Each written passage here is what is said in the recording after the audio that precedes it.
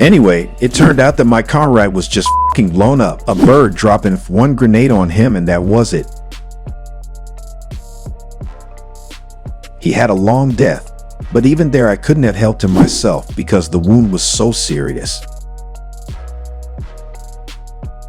Did you hear him screaming? Yeah, but he wasn't even screaming, he was wheezing. I had a trench about a few hundred meters from him and he had a hole in the middle of the trench. You know, a foxhole. And he came out of there. He went to where the guys were lying dead. Cargo 200. He went over to them, started ripping open their rucksacks.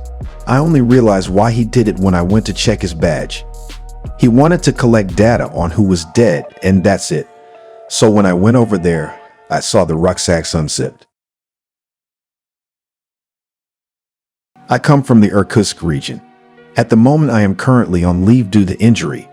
I am a car mechanic by profession. Do you have a family? Yes, I do. I have a son, 2 adopted daughters. I served in the GRU Special Forces, in intelligence. Conscripted service, served in the Caucasus, in the North Caucasus. I took part in the Second Chechen campaign. Can you tell us about when you joined Wagner? I got to Wagner at the end of March. This year? Yes, that's right. Why Wagner? Because I tried to go through the Ministry of Defense, I failed, due to the fact that I was under administrative supervision. What if it's no secret? Well, let's not broach that subject right now. Can we talk about your criminal record? Yes. Tell me, please, you have also had experience of being in prison. I had 2 experiences. The first experience was in prison in 2014. Article 160 is embezzlement and misappropriation of other people's property.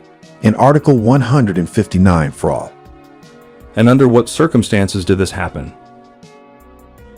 My boss wanted to cheat me, who I was working for, and I always did my job well and worked honestly. I just warned him, I will not run after you. I will do it my way anyway. I will take what I earned. And that was it. He didn't believe me. I ended up selling the equipment. I was on the wanted list. Listen, I think you're the perfect candidate for PMC Wagner.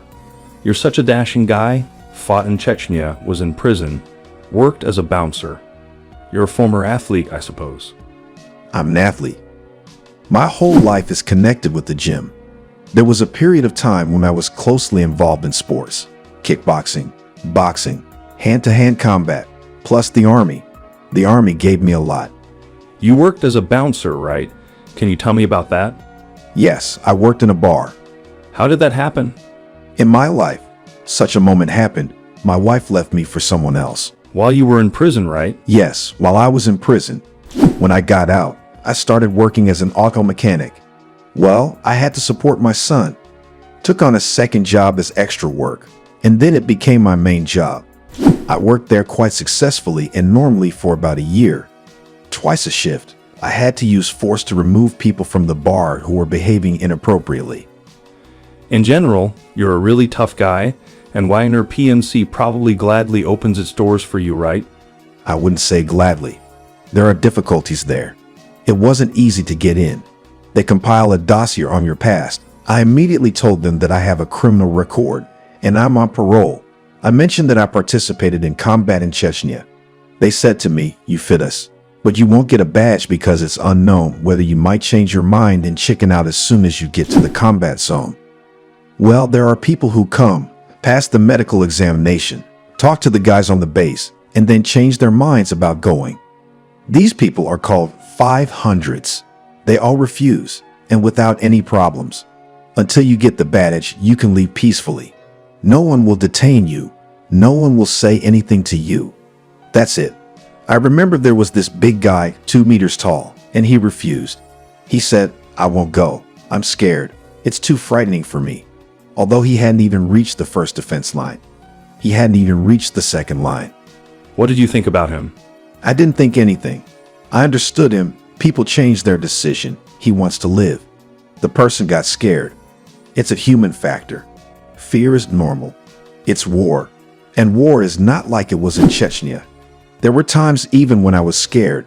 Only a fool isn't afraid. That's what I'll say. According to statistics, the average duration of a Wagner stormtrooper is 2 weeks. Is that true? Yes. How did it happen that you were immediately appointed as a commander? Well, it was the unanimous decision of all the guys. So, everyone just gathered and chose a commander? Yes. First, they chose the commander of the company. So, the company is formed first? Yes. And then the commander is chosen? That's right. The commander of the company, who is also the commander of the first platoon, and the commander of the second platoon are chosen. I was appointed as the leader of the detachment. In the training camp, we spent 3 days, and during these 3 days, we spent almost 2 days in the bunkers. One day the weather was good, and we managed to go for shooting practice. I even went into the bunkers with the guys, told them, explained, shared some of my experience, how to move, what to listen for, what to look for. And I also said more than once, guys, it will be scary there. Did your experience in the Chechen War help you a lot? Very much. It helped a lot. I would even say that I'm grateful for this experience. It's why I stayed alive.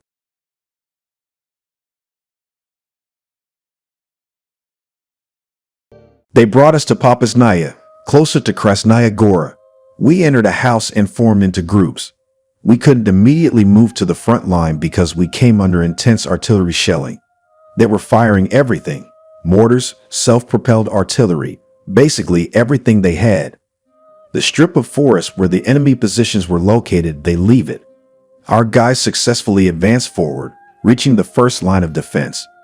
That's where we stayed in the bunker until almost 6 a.m. We moved through the trenches. It used to be the first line of defense. The enemy's defense? Yes, there were many dead bodies there. When we reached the second observation point, there was a place where we had to run about 20 meters to another trench. Many dead guys were lying there. I understood that it was the main group of our predecessors who tried to make the crossing. They couldn't clear everyone because there was a machine gun nest and a sniper working there. Plus, there was an explosive SAPOG. What's that? Self-propelled artillery? Well, SAPOG is a rocket-propelled grenade launcher. Ah, a grenade launcher. It was hard to see all of that, and when you start to run, many couldn't handle it. It was very scary. Because of the sight of the bodies? Yes, because of the sight of human bodies. You see, this second observation point was between 2 machine gun nests. We crossed over, took our positions. Before we ran there, 2 guys died. Later, one got wounded during the crossing. He lay there for a very long time, right under the machine gun nest. We couldn't pull him out. Everyone made it across, but he was left alone, and he got scared, couldn't crawl, was afraid. Of course, we shouted at him. We fired shots, did suppressive fire. The first casualties appeared literally an hour after we took our positions. They were shot with an RPG from the opposite side. It was their own fault. They went out as if on a stroll. Although there, you have to do everything crawling or with a very fast sprint. The 2 of them were standing, talking about something, I don't know. I just heard the explosion. Boom. Is everyone alive? One got injured in the leg. 2 fingers were torn off by shrapnel. We learned about this later. He wanted to take off his boots. I strictly forbade him from doing that. Don't even think about it. And crawl, I said, to that line where we crossed. They'll evacuate you. An escort was sent for that. The second guy got concussed, but not severely. Concussion wasn't considered a wound for us. We didn't even consider it a wound ourselves. He crawled away scared. When he was crawling along the trench, drones appeared. He got scared and turned back. I was shocked by his actions, of course. I said, "Have you gone crazy? You're completely mad. Crawl. There's someone waiting for you." Well, he was waiting for him in the strip of forest because the drones were operating. I said, "There are burrows there. Hide in a burrow and stay there." I told him this in advance. If you hear that the drone has flown away, don't move. Hide your face and hands accordingly. He survived because he didn't take off his boot. At 4 in the morning, they sent me to the front line. And there was a moment there when the thought crossed my mind. Why did I get involved in this adventure? It was a split-second thought. There was an old man in my group. He was 64 years old. A really good guy. When we were at the previous observation point, he shot down a drone. What did he use? A rifle? From a rifle. He kept asking me to make him a sniper. I told him, there's no sniper here. We're stormtroopers. When the old man shot down the drone, I was shocked. The enemy's RPG worked on me immediately. The old man just nicked the drone. I said, what are you shooting at? And he shouts at me, you know what? He's pissing me off here, flying and flying. I dig, he flies. I say, damn, Grandpa, don't get distracted. Dig in. The old man dug in. 2 hours passed, and he managed to shoot down a second drone. Our guys were already yelling at me on the radio. Tell him not to shoot at the drone because he doesn't know if it's ours or not. Let him not shoot. He almost shot down our drone, I told him, and the old man seemed to calm down. But after a while, the old man shot down another drone. And after he shot down the third drone, it was chaos. I can't even imagine what was happening there. With each shot, explosion. I dug in deeper and deeper, deeper and deeper, deeper and deeper. After a while, it stopped everything. There was such silence. And you really enjoyed this silence. But again, it's scary because at that moment, the enemies could launch an attack. The old man died for me simply because he pulled out. How? He pulled out. What does that mean? Well, his leg was torn off. He just tied it with a tourniquet. I couldn't approach him at that moment and provide him with medical assistance. And again, he died due to foolishness. Why did he crawl out of his burrow? He shouldn't have crawled out. I said, if you're told to sit, then sit.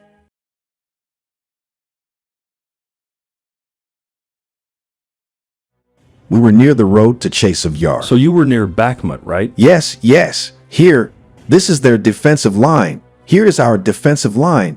And there was another defensive line about 200 meters higher. We entrenched ourselves, trying to encircle them. Pressured from both sides, and the guys would go there, a group of 12 people. And from this group, 2 to 3 people would come back. The intensity of the fire was such that it was like rain. A downpour, and the fragments were raining down. They were shooting from everything. 120 millimeters, 80 millimeters, 150 millimeters tanks were firing. And there was this polished mortar. The most terrifying mortar. The one you can't hear? You don't hear it at all. It just explodes, and that's it. But when you hear it, that's the end.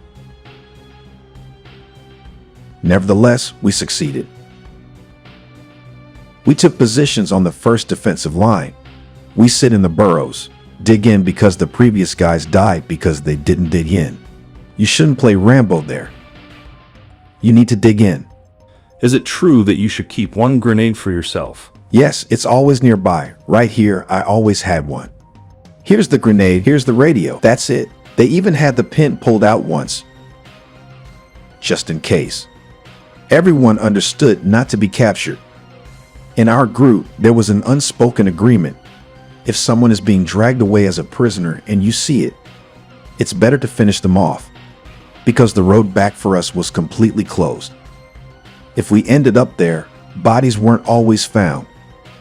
Even in Popasna, guys died, were captured, and the guys tried to finish them off. They covered them with mortars, covered them with artillery, just to finish off the guy. Don't let him be captured. They themselves screamed, guys, because it was worse than any horror movie, as if they were shooting. It's scary. Captivity was the worst thing for us. What if you captured an enemy? Well, we never captured an enemy. There were moments when they surrendered in groups.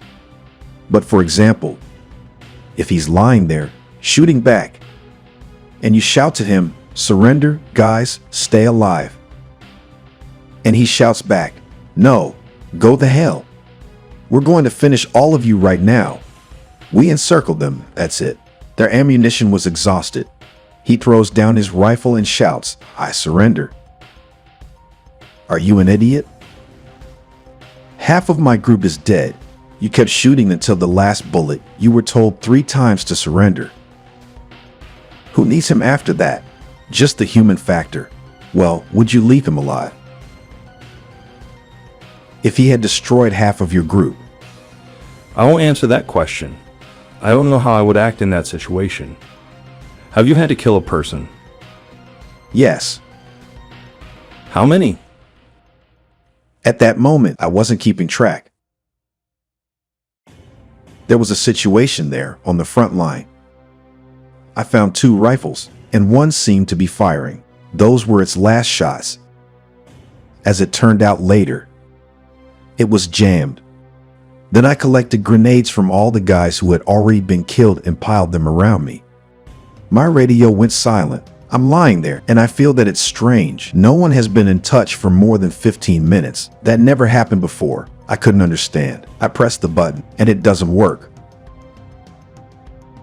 I hit it against my body armor and saw that the battery had bounced off. I couldn't move my left side. I hit it with my right hand, and it turned on. And I hear someone shouting, "Guys, the enemy is going to counterattack in an hour." I roughly knew how they would move. I took grenades, crawled there, right to the confrontation, and piled a bunch of grenades near me. Right there, 2 of my guys were lying. I told him, "You straighten the fuse on the grenade." His rifle also wasn't firing. He was scared. And I sat in a corner and listened. Adrenaline was so high that my ears were ringing. The drone was adjusting the enemy assault group from above. The first 20 came in. They needed to jump over the pipe to get into our trench. I peeked out. I see them crawling. "Well, let's go. I think I'll meet you here now." I can't say exactly how many of them there were during their 3-minute attack, or rather counterattack. I probably had about 40 grenades initially. I had 4 left. I didn't even realize how I threw them all. I already received an order on the radio. "Withdraw, dig in. They will use AGS now." And they started pounding at us. My comrades are shouting at me on the radio, and I can't stop. Adrenaline is so intense that you're almost suffocating from it, you know? I experienced a high sitting there. A high? A high. So much so that you're shaking. It's impossible to convey these feelings. There's just such power that your whole body is trembling. You're shaking, pounding, your heart is racing. It's strange that you call it a high. These sensations cannot be described. When the adrenaline decreases and people react differently, when it releases you. I was laughing. The whole time, while throwing grenades, I was laughing. Our guys in the radio were shouting, "What's wrong with you?" And I apparently hit a tangent and burst into laughter, throwing those grenades. The guy across from me is sitting and crying. "We're all going to die. We're all going to die." I say, "No one will die here." I just look at him, and I really want to laugh. And he's bigger, probably even more so than me. Later in the hospital, we met, and I said, "Well, will you go into battle with me?" He says, "I'll go with you," he says. "But only in defense," he says. "I won't go into attack with you," he says. There were many moments like that. I didn't count how many people I killed, but when they told me on the radio, "Stop, now mortars and AGS will start working, and you're just tearing the bodies of your opponents apart. They're dead." What saved me was that during the day, I crawled there at such a moment when there was a break. Maybe they were changing barrels. There was a calm for about 40 minutes, probably. At that time, I crawled there and carefully looked around. Well, of course, it was a terrible scene. This is the first line of defense, so you understand. Before us, guys died there. Then I lost half of my group. They also died there. And they all lie there. Later, I went with the escort. I say, who to pull out here? It's just all mixed up. Friend? Foe? It's unclear. Well, only by badges will you understand. Mostly there, they send such guys for assaults, also Rexes as they are called. How? Rexes. Rexes? Rexes. Well, we called them Rex for some reason. Yeah, real Rex. I don't remember who said it. Learn to respect your opponent. Do you respect him? Yes. It's kind of inevitable. Do you feel sorry for him? At that moment, no. And now? I don't feel any pity for the opponent. Respect. Yes. That he gathered his steel balls into a fist and went. I mean, do you feel sorry that the human died? I don't feel anything at all. There's one good interview where a guy answers your question like this. What do you feel when you shoot at the enemy? We only feel the recoil of the rifle. That's it. Tell me about your injury. A drone haunted me for 4 days. Again, why did it expose me? Because everyone keeps coming to me. Something to report, something to say, like, give me a light. Anything. Give. I tell them, let's get out of here, guys. Don't attract attention to me. And even passing groups still peek into my hiding spot. They dive into this corner almost as a whole gang and start asking their questions. Where are you from? I say, guys, you're just exposing me right now. And of course, it turned out that way. That drone threw everything it could. For one, grenades, incendiaries. But he just couldn't get me. Our enemies are not fools either. He tried to smoke me out of my hole for 4 days. It didn't work. I dug a good hole. I had a little wall here, and I hid behind it so he couldn't see me. I had a mount here that prevented shrapnel from hitting me. But the drone operator decided to be clever. One time, the bird didn't just hover and dropped a projectile as usual. It turned out that they attached a grenade to a long string. So when it detached, it flew straight into my hole. I saw a shadow. The drone was diving, and it threw me a present. The grenade hit this wall and exploded near it. One finger through. It pierced the radio bone along the tangent, hit the calf, and shrapnel. Well, it touched a nerve there. The recovery was very long. I received first aid in Soledar at the champagne factory in that bunker. Then they sent us to Luhansk. In Luhansk, they processed us, and there were 3 more severely wounded with us. The stream of wounded never stopped. Then they sent us to St. Petersburg, to the Pushkin Hospital. The only thing I liked was that every Thursday, people from the museum would come and take us on excursions to palaces. Ekaterininsky Palace, Alexandrovsky Palace. I had a childhood dream, like an idiot's dream, to see the Amber Room, and here I simply saw it and even almost touched it. I came home here. They immediately arranged for my rehabilitation. They sent me to a military hospital for veterans in Irkutsk. I stayed there for 2 weeks. There was a young specialist, a doctor, Ivan Andreevich. Big respect to him. After 2 weeks, I even stopped limping. My hands and legs stopped hurting. Now I'm fully ready to continue my journey. I don't stop at that. I plan to go further, to participate further. Do you have any awards? Yes, I have a medal for wounds and for participation in the Battle of Bakhmut. Plus, the commander promised me, I don't know if he submitted it or not, an order of courage for my actions. Well, again, it's not certain. He said, I'll submit it. How much were you paid for your work for your service? Well, they came out to $500,000 in total. Now they should supposedly pay me more money for the injury leave. Even if they don't pay, I didn't go there for the money. Will you receive payments as a combat veteran now? No. Why not? We weren't equated with regular army soldiers. What do you dream about? Well, for the past 4 months, nothing at all. I stopped having dreams 5 months ago when I left there. The guys who died, the sirs, I liked them so much. I felt sorry for them. They trained for 2 months at the base. There they were, and there was also the 4th platoon. They lasted for 1 hour in battle. After an hour, no one was left, if one person from the group survived. The fire intensity was so high that even the fire support group, which is supposedly at a safe distance, was covered in fire and destroyed.